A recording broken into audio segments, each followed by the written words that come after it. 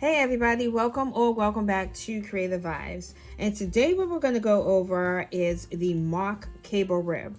I think this is a great way if you want to try to get a cable effect in your projects, but you're not at the point yet where you're using the cable needles. So this is a great start off to getting that effect. So what I'm doing now is, and I like to now try to, switch the videos up a little bit and start to show you guys the projects that I'm working on at home. So I'm choosing to do a little baby hat here. So I started off with the beaded rib, which I will attach that video. And now up here in the body of the hat now is the mock cable rib, okay? And that I will show you how to do momentarily. So this particular stitch is not reversible, meaning that it does look different on one side than the other. So this is obviously the right side, and on the wrong side, it looks nice on the wrong side too as well. So that's an option too. It has that double ribbing here and then your purl stitches in here. So just to show you that. So what you'll need to have for this particular tutorial is your round needles, because I will be showing you how to do this pattern in the round. It is a 4-row repeat. I like to use these stoppers just in case I stop the project. I got these from Amazon, so you can stick these on and see how I was able to flip it. No stitches fell off, so you can walk away from your project and do other things.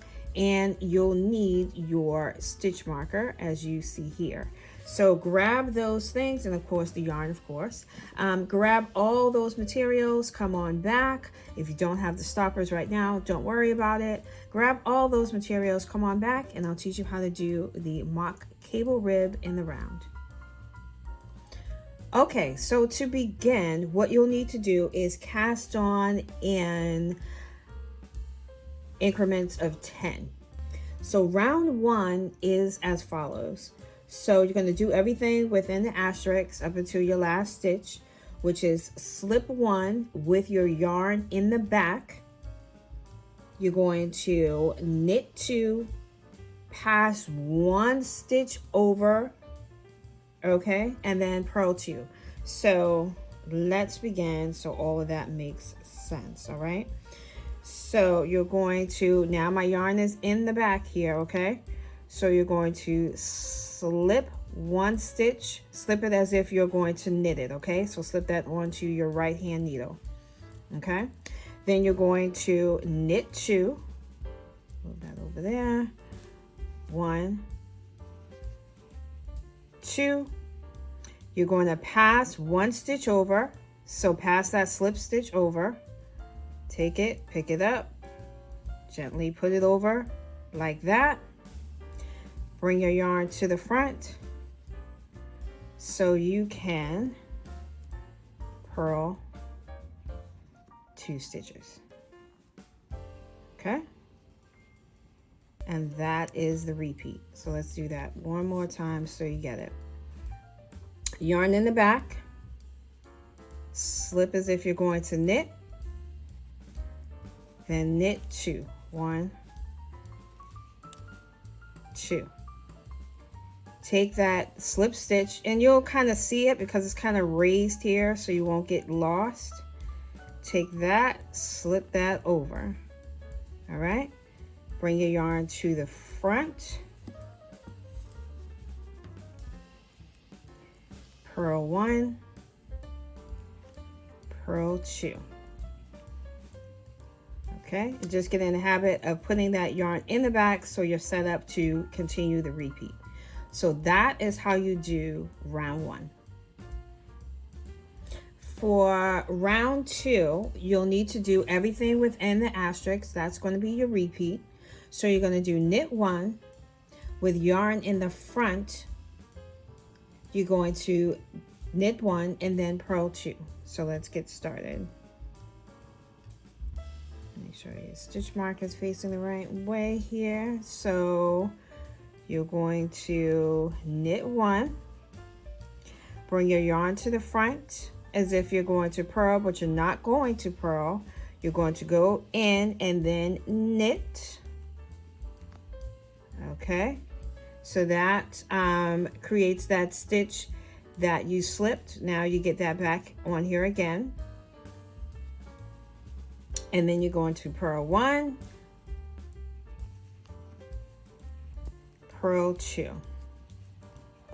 And when I mean the stitch that you slipped, I mean from round 1. So let's do this again. So you're going to knit 1, bring your yarn to the front as if to purl, but then you're going to go into knit, boom, bring your yarn to the front, and then you're going to purl 2, 1, 2. Let's do that one more time because that could be a little tricky. So I'm going to start with your yarn in the back. You're going to knit 1, bring yarn to the front, go into knit, forward, purl 1, purl 2. And that's how you complete round 2. You're going to go on and do that whole repeat up until your last stitch. So for rows 3 and 4 are going to be your easiest rows. It's things that you're already familiar with doing, just basic knits and purls. So for rows 3 and 4, it is the exact same thing. So I'll just show you, once, and then you'll just repeat it for the next row. So the repeat is knit 3 and purl 2. So again, you're going to do that on row 3 and row 4. So you can just flow right through it. So what you're going to do